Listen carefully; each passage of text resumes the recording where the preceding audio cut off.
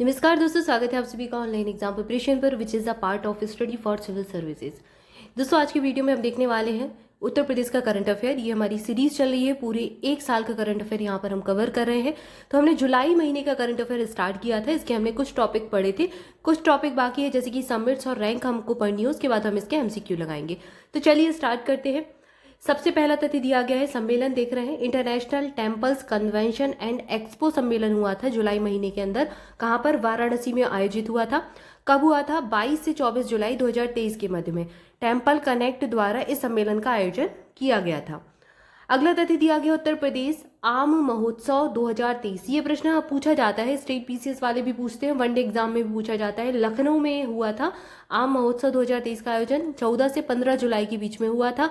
और इस महोत्सव का आयोजन किसने किया? उद्यान और खाद्य प्रसंस्करण विभाग के द्वारा लखनऊ के अवध शिल्प ग्राम में इसका आयोजन किया गया। तो लोकेशन जरूर याद रखें कि कहाँ पर इसका आयोजन हुआ था। लखनऊ में, लखनऊ के अवध शिल्प ग्राम में।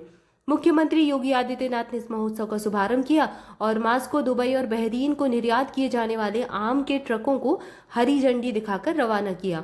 उत्तर प्रदेश में आम की लगभग 1000 प्रजातियों का उत्पादन किया जाता है और यहाँ के आम की मांग रूस में बहुत ज़्यादा होती है।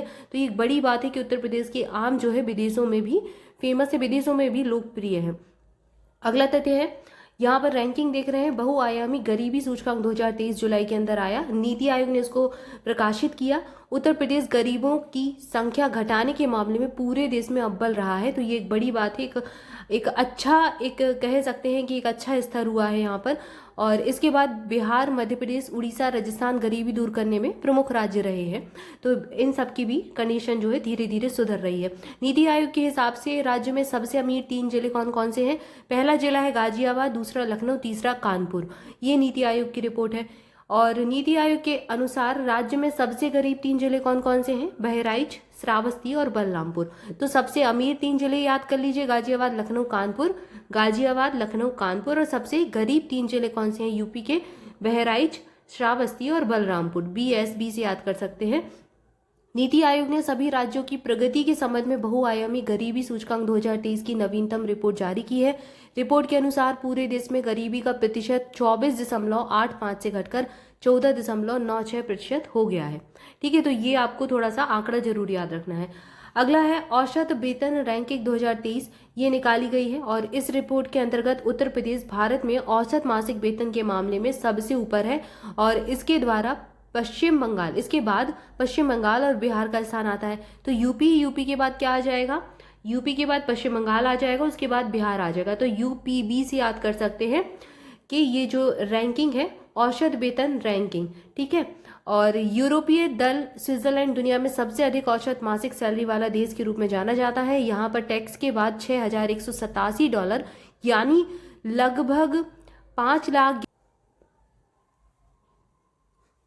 दुनिया में भारत की 63वें स्थान पर है और जहां देश के लोगों की औसत सैलरी $583 यानी कि 48,164 रुपये है। तो भारत कहां पर है? 63 नंबर पर है। सबसे पहले स्विट्जरलैंड आ जाएगा। और यहाँ पर रिपोर्ट के हिसाब से यहाँ पर आपने ये देख ही लिया कि भारत में औसत मासिक वेतन के मामले में सबसे ऊपर है। और इसके बाद पश्चिम बंगाल और फिर बिहार का स्थान आता है। तो उत्तर प्रदेश, पश्चिम बंगाल, बिहार, ये चीज़ याद रख लें। और ये निकालता कौन है? तो ये प्रकाशित करता है स्टैटिस्टा, याद कर सकते हैं, या फिर स्पेलिंग ही याद कर लीजिए क्योंकि इसका प्रोनाउंसिएशन स्टैटिस्टा भी हो सकता है और सताटिस्टा भी, कुछ भी आप कर सकते हैं। तो स्पेलिंग ही याद कर लें।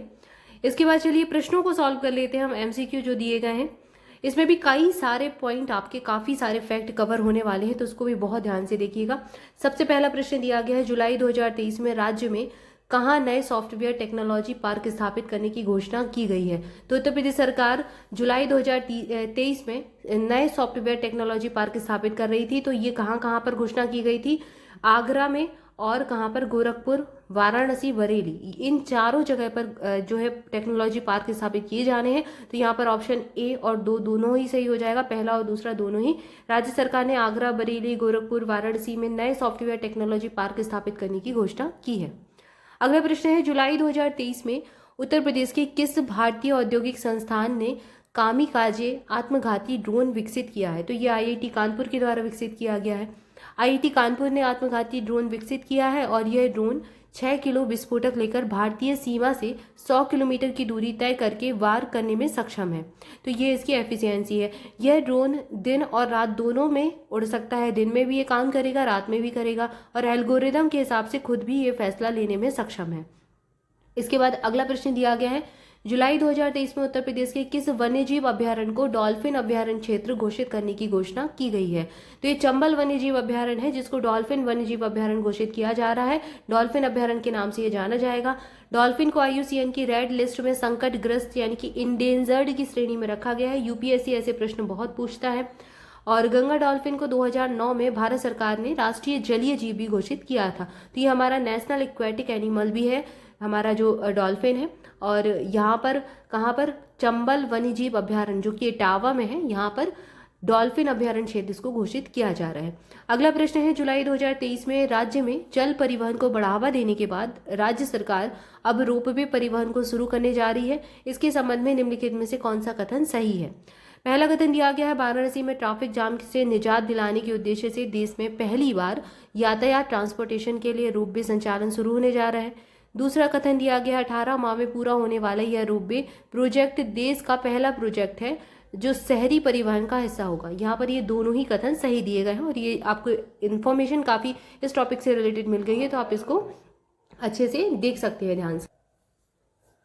इसके बाद अगला प्रश्न है, प्रधानमंत्री नरेंद्र मोदी ने 7 जुलाई 2023 को राज्य के किस रेलवे स्टेशन से 2 वंदे भारत एक्सप्रेस ट्रेनों को हरी झंडी दिखाई?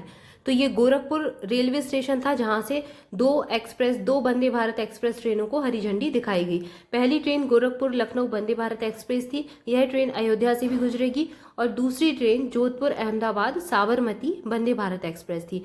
ठीक है, तो यहाँ पर कहाँ से, गोरखपुर रेलवे स्टेशन से 2 ट्रेनों को हरी झंडी दिखाई गई है। अगला प्रश्न है, 13 जुलाई 2023 को राज्य के किस शहर को मैक यानी कि मल्टी एजेंसी सेंटर से जोड़ा जाएगा जो कि देश भर की खुफिया एजेंसियों से सीधे संपर्क स्थापित करेगा? तो ये कानपुर से जोड़ा जाएगा। कानपुर शहर को मैक से जोड़ने से IB, NIA, रॉ, ATS जैसी तमाम इंटेलिजेंस एजेंसियां सीधे इस शहर से इनपुट साझा कर पाएंगी। और मैक की स्थापना 3 मई 1999 में हुई थी। 26 जुलाई 1999 की बीच कारगिल युद्ध के बाद की गई थी। और इसकी नोडल एजेंसी IB को बनाया गया है। IB यानी कि इंटेलिजेंस ब्यूरो, आप जानते ही होंगे। और मैक का फुल फॉर्म जरूर याद रखें, मल्टी एजेंसी सेंटर है और कानपुर में इसकी एक एजेंसी खुलने जा रही है। तो ये चीज़ याद रखें, इंपॉर्टेंट प्रश्न है, ये एग्जाम में ऐसे पूछा जा सकता है। तो यहाँ पर 13 जुलाई 2023 को राज्य के कानपुर शहर को मैक से जोड़ा जाएगा।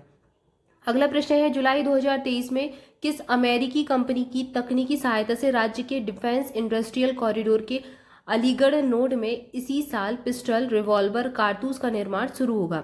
ये स्मिथ एंड वेसन कंपनी है। अलीगढ़ के खैर तहसील के अंडला में निर्माणाधीन डिफेंस कॉरिडोर में बेरीविन डिफेंस प्राइवेट लिमिटेड कंपनी, अमेरिकी कंपनी स्मिथ एंड वेसन की तकनीक से पिस्टल, रिवॉल्वर और कारतूस बनाए जाएंगे। अगला प्रश्न है, उत्तर प्रदेश का पहला PPP मोड पर संचालित होने वाला गौ भ्रूण प्रत्यारोपण केंद्र कहाँ पर विकसित किया जाएगा? तो ये बरेली में विकसित किया जाना है और ये PPP मोड पर रहेगा, पब्लिक प्राइवेट पार्टनरशिप पर रहेगा। और पशुपालन मंत्रालय, IBRI और बरेली के एक बड़े उद्यमी के बीच में ये अनुबंध हुआ है। इस केंद्र का उद्देश्य क्या है? गाँव की जो गाय जो है उनकी नस्ल, जैसे गिर, साहीवाल, थार पारकर, ये सब जो नस्ल हैं, ये गाय की नस्लें, इनमें सुधार करना, ये इसका उद्देश्य है। अगला प्रश्न है, जुलाई 2023 में मुख्यमंत्री योगी आदित्यनाथ ने कहाँ गरीबों के मांगलिक समारोहों के भव्य आयोजन के लिए कल्याण मंडपम के निर्माण का निर्देश दिया है कि अब गरीबों के जो आयोजन है, उनका जो गरीबों के मांगलिक समारोह होते हैं उनका भी भव्य आयोजन हो सकेगा, भव्य आयोजन संभव हो सकेगा। इसके लिए कल्याण मंडपम बनाया जाएगा और ये कहाँ पर बनाया जाएगा? गोरखपुर में बनाया जाएगा।